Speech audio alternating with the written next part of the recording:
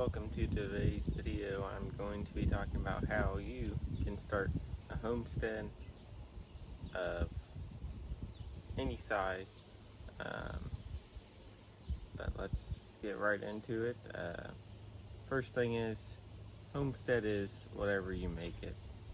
You can start with a small container. You don't have to start out with even a garden this size. It can be 2 plants. You just got to get out there and get started. My first year here, I started gardening.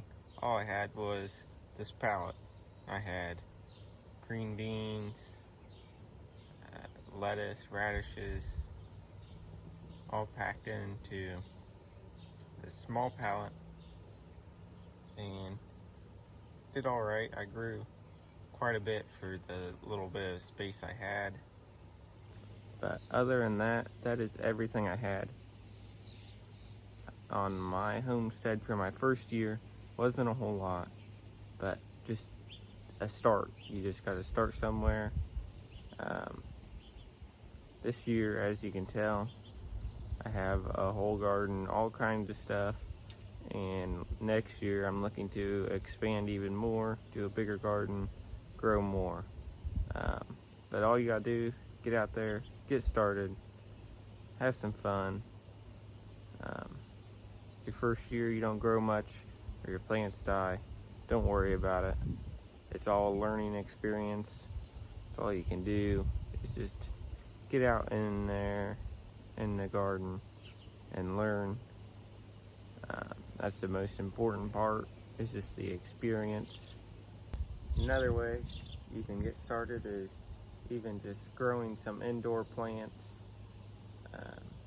You can start small herbs and stuff. You can grow it inside. You got a sunny window or a back porch or patio or something.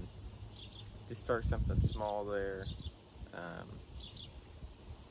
But really it comes down to just going out and growing something. Another thing you can do in the beginning stages of a homestead is plan for the future. What are you gonna do next year? I'm already looking at what I'm gonna plant for next year, how much I want to expand my garden. So everything. I mean, just always planning for the next year. It's very important to have everything somewhat planned out, especially where you're going to plant stuff, if you're going to companion plant. And just have your whole garden planned out. It makes it so much easier what you're going to do for weeds, if you plan on doing organic or non-organic.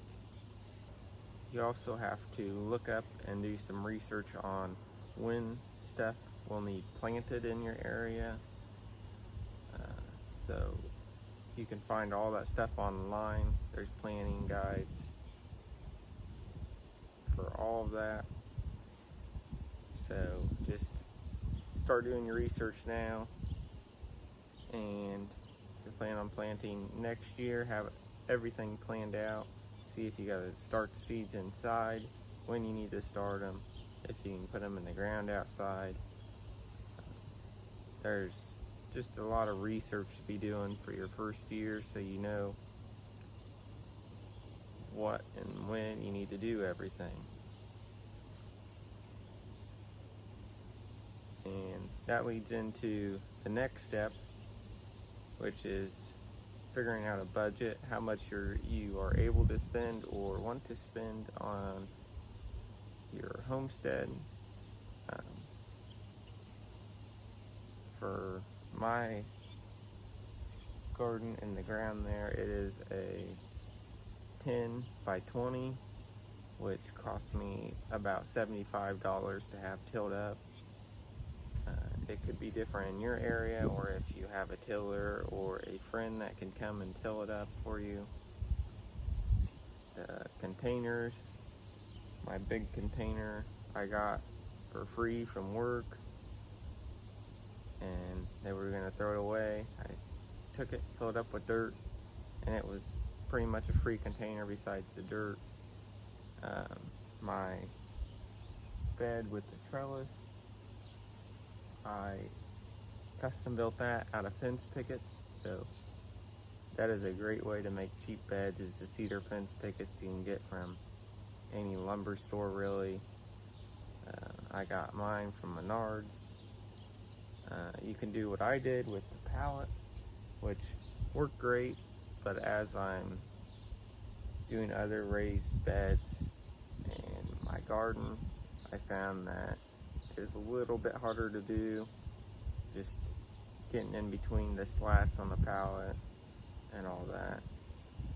I just find it easier to do it this way, but starting out, you can't always have everything the way you want it, but it worked perfect for my first year to get started. But yeah, just figure out what your budget is, what you can do, and just keep growing and growing every year and planning for the next year. Another common thing that goes along with homesteading is learning how to preserve your food. There's tons of information on that online, but I suggest you go and do plenty of research. Some of the stuff can be difficult or a major learning process. So if you get started in the early stages learning how to do all that, you'll have less issues, or you'll have the knowledge later on whenever you do plan to do that, or if you plan to do it then. I mean, just YouTube has so much, the internet has so much. All you gotta do is go and take the time to go and research it. There's just a lot of research, there's a lot of good books, however you do your research, tons of information. Just take the time to go and research it, because I know there's, especially canning, there is a lot to learn and a lot that can go wrong. So make sure you do thorough research before you do any of that. I have not really got into canning much, but I have been doing my research on that so then I can start doing that. I also have family members that do it. They're gonna help me along with the process, which will be very helpful for me, having somebody be able to teach me all the steps and processes for all that. But the internet is your friend during this time. Which, talking about the whole family helping me, leads into make some friends that are already homesteading in your area. Make friends with them. They can teach you their process, or you can go and see how theirs is set up, and you can learn a lot from somebody that is already homesteading, because they have the knowledge, and knowledge is very important. But also learning for yourself. Whenever, as growing, you learn a lot also. But just take the time. You can meet them at farmers markets, stuff like that. Just get out there and meet other homesteaders, and they can teach you a lot. Another thing that is great to get started is composting. As you know, I have my compost bin right there and behind me in the middle of all those plants. And composting is a great way to get free organic fertilizer, any organic food scraps from vegetables, eggshells, stuff like that. I'm not going to go very in-depth in that because there is a lot to know about composting, but just watch some videos that go more in-depth on it, and you can learn a lot on that. It is very good to do. It will help out your soil and your garden, a ton. And if you don't want to do it how I do it, by just throwing everything in a pile, I find it to be the easiest. Um, they make like countertop composters where you don't really have to smell it. I have not tried that, so I'm not for sure how well that actually works. But I know it is a thing.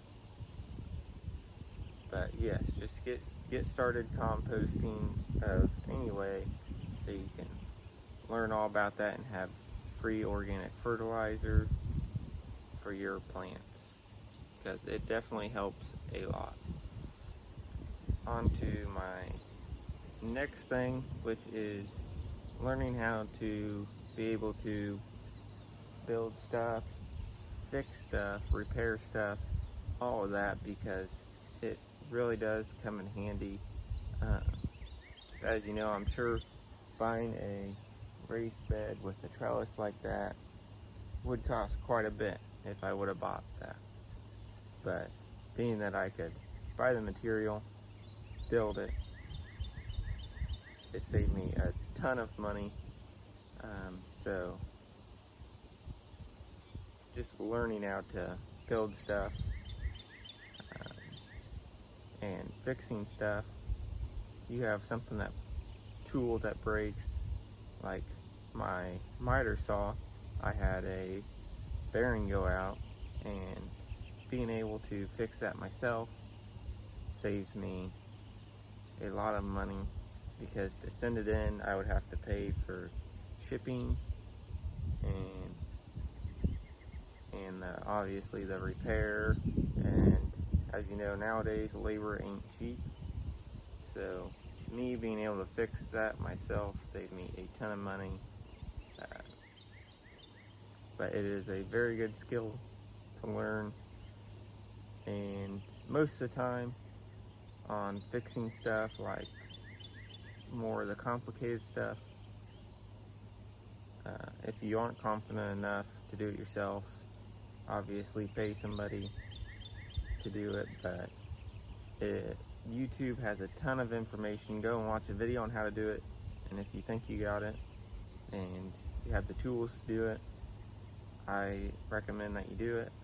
But like I said, don't take on too big of a project where you'll get it all taken apart and not be able to figure it out and end up messing it up more. One thing that goes along with homesteading most of the time is the minimalistic approach, which is what I am leaning towards. That's where you just have the bare minimum, get away with the bare minimum. That is my plan, especially whenever I plan to move out of town and do off-grid. I'm going to have the bare minimum that I need, especially starting out, because it's going to be expensive to do, but it will definitely pay for itself for me. And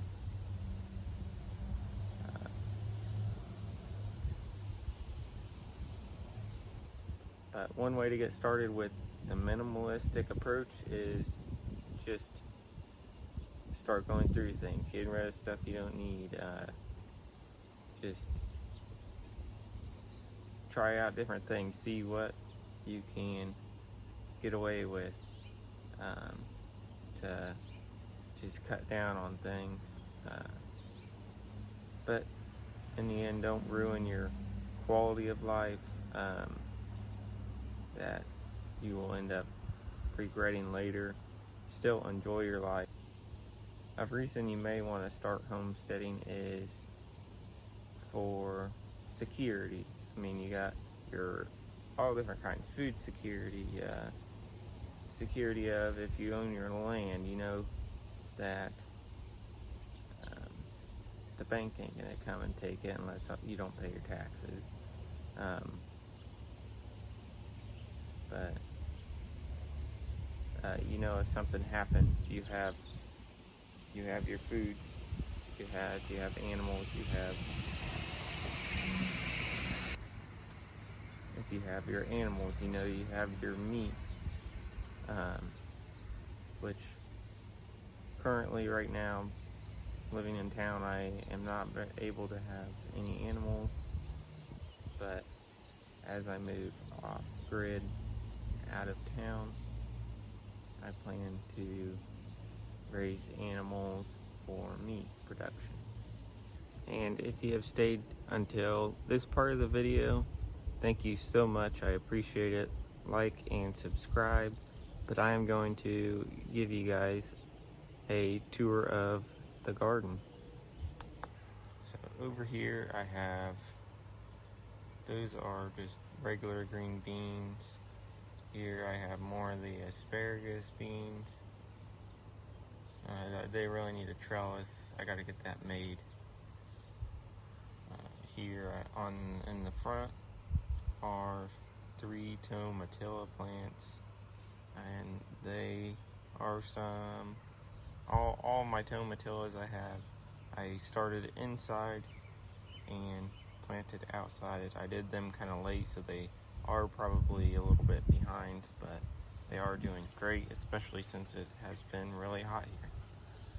And next I have my squash plant here, and as you can see right there in the back, it has a pretty decent tons of blooms. It is doing great. Next, this here is a volunteer pumpkin plant I had. I let it grow. I kind of regret that now because it is taking over everything. But because I have okra here, there, and right there, and it is kind of taking it over, but it seems to be growing through, and once it gets above it, it probably won't hurt it too bad. But in the back, I have more asparagus beans. And as you can see, another pumpkin plant next, and it actually has a little pumpkin on it. But as I come around here,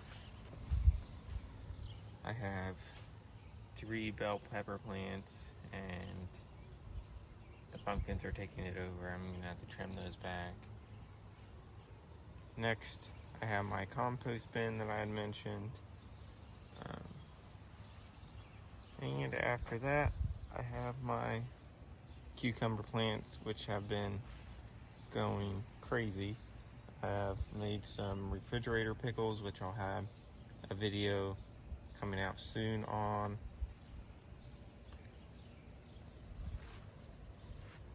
And another pumpkin plant. And to my main garden, in the front here, I have a row of green beans. And behind me on this side, I have 4 bell pepper plants. And then in the corner, a zucchini plant, which has been producing a lot. I already have 3 smaller zucchinis from it, or 4 zucchinis. I already shredded and froze one to be able to enjoy later. And then I have 4 tomato plants. One of them I left uncaged just to see how it would grow and everything. I was just kind of curious and doing an experiment. So it's kind of a mess. It definitely does help having a tomato cage on it. So I do recommend putting it in a cage.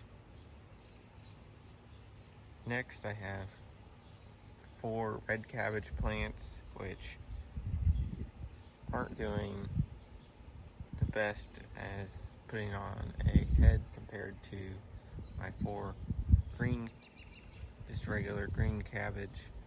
And I had an issue with some kind of caterpillars eating them, and couldn't really decide on the best approach for that, and did some research. I read you can use neem oil, and that's what I did. It may not have been the best organic solution. I mean, technically it is organic, but I read there is some that's not all good to use, but it was the best solution for me.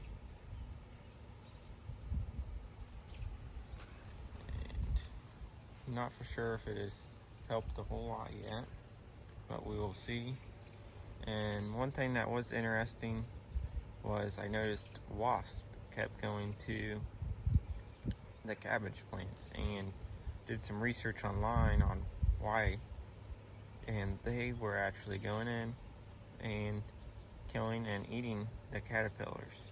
So nature definitely has its own way of taking care of it, but I needed a faster solution to get rid of them for good, because the wasps, yes, were getting them, but they were still eating on my cabbage quite a bit, and so I wanted to just get rid of them. But nature has its way of taking care of any pest. It's just whether or not you want to let nature do it or you take it in your own hands.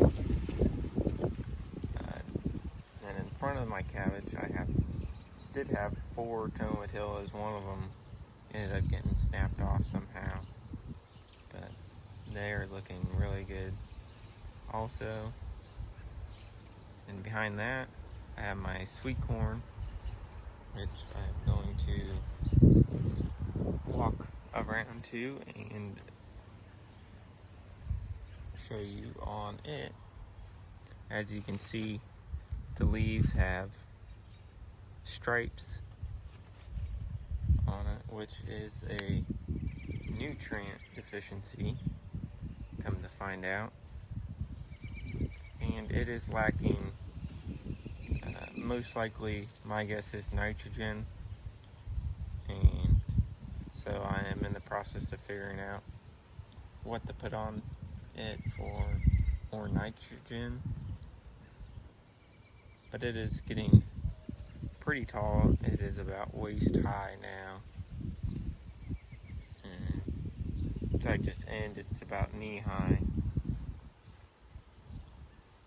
Here's the other side of my tomatoes, and you're probably wondering why, being that I'm in town, I have an electric fence up. Well, I had an issue with deer getting in and eating my corn and my beans, and so I put up an electric fence, and so far it has kept them out.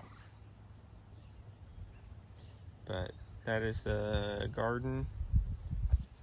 I'll be posting a shorter version of this on the TikTok for my weekly garden update, so if you would rather have that, watch that also. It would help me out a bunch. But thank you for tuning in. Please like and subscribe, it helps me out a ton. But stay tuned for the next.